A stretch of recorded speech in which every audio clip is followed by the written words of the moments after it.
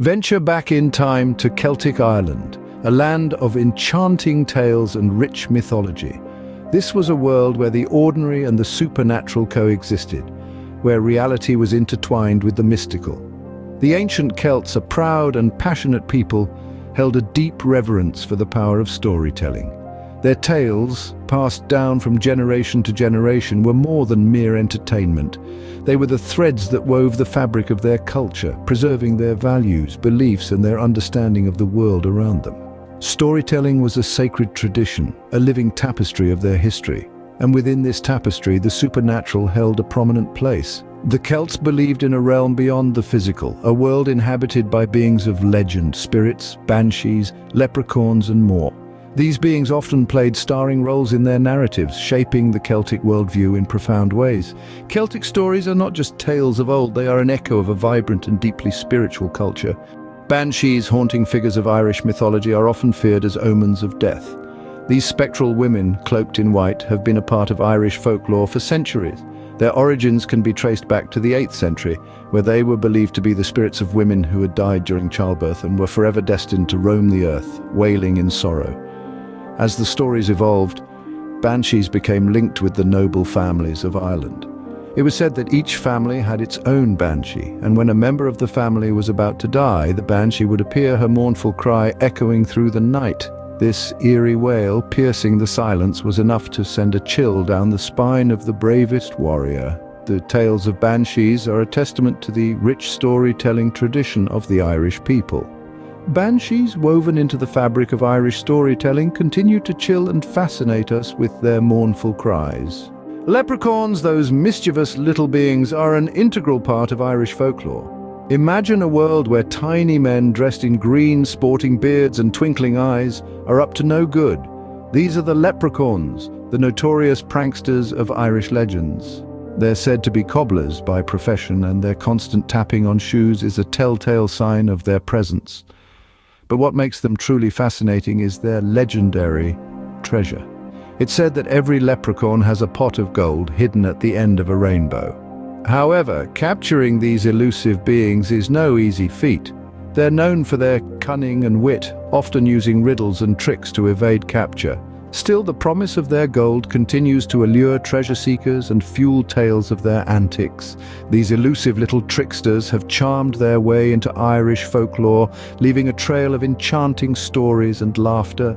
Ireland is a land of ancient castles and ruins, each echoing with its own ghostly tales. This Emerald Isle, steeped in history, is home to numerous spectral locations, each with a story that sends chills down one's spine. Let's journey to one of the most haunted places in Ireland, Leap Castle. Built in the 13th century by the O'Bannon clan, it is said to be frequented by a variety of spirits. The most notorious of these is the Elemental, an ancient presence known for its sulphurous stench and terrifying appearance. This castle's bloody history, filled with treachery and murder, gives credence to the many chilling tales associated with it. Next, we travel to the eerie ruins of the Hellfire Club, perched ominously on Montpelier Hill. Originally a hunting lodge, built in the 18th century, it gained its infamy when it became a gathering place for a group of Dublin elites who reportedly engaged in debauchery and occult practices. Stories abound of the devil himself making an appearance at their wild parties. The ruins of this lodge are said to be haunted by a large black cat, believed to be a demon in disguise, and the ghost of a young woman, the unfortunate victim of a card game gone horribly wrong. Down south, the haunting beauty of the Blarney Castle is also shrouded in spectral tales. From the ghostly lady of Blarney who roams its battlements to the phantom horseman seen riding in the grounds, this castle offers a mix of history and mystery that captivates the imagination. Finally, we must mention the spectral soldiers of Dunluce Castle. The ruins of this medieval fortress are said to be haunted by the ghosts of soldiers who died during a siege in the 16th century. Their ghostly apparitions, clad in armor, are often sighted on the castle walls, standing guard for eternity. These haunted castles and ruins, standing as silent witnesses to the past, continue to whisper their ghostly tales to those who dare to listen. The Headless Horseman, a figure often associated with American folklore, actually finds its roots in Irish legends.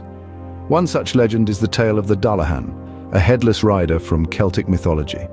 The Dullahan is a harbinger of death, riding a dark, fiery steed through the night, holding his severed head high in his hand.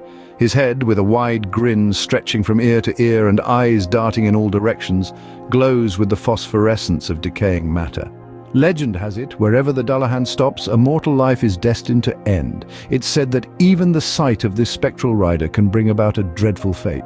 The Dullahan, with his whip made of a human spine and his carriage adorned with funeral objects, is a chilling embodiment of the Celtic fascination with death and the supernatural.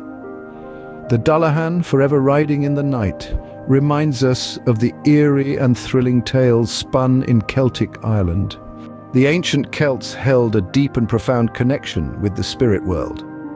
In the intricate tapestry of Celtic culture, the spirit world was not a distant, ethereal realm, but a vital part of everyday life.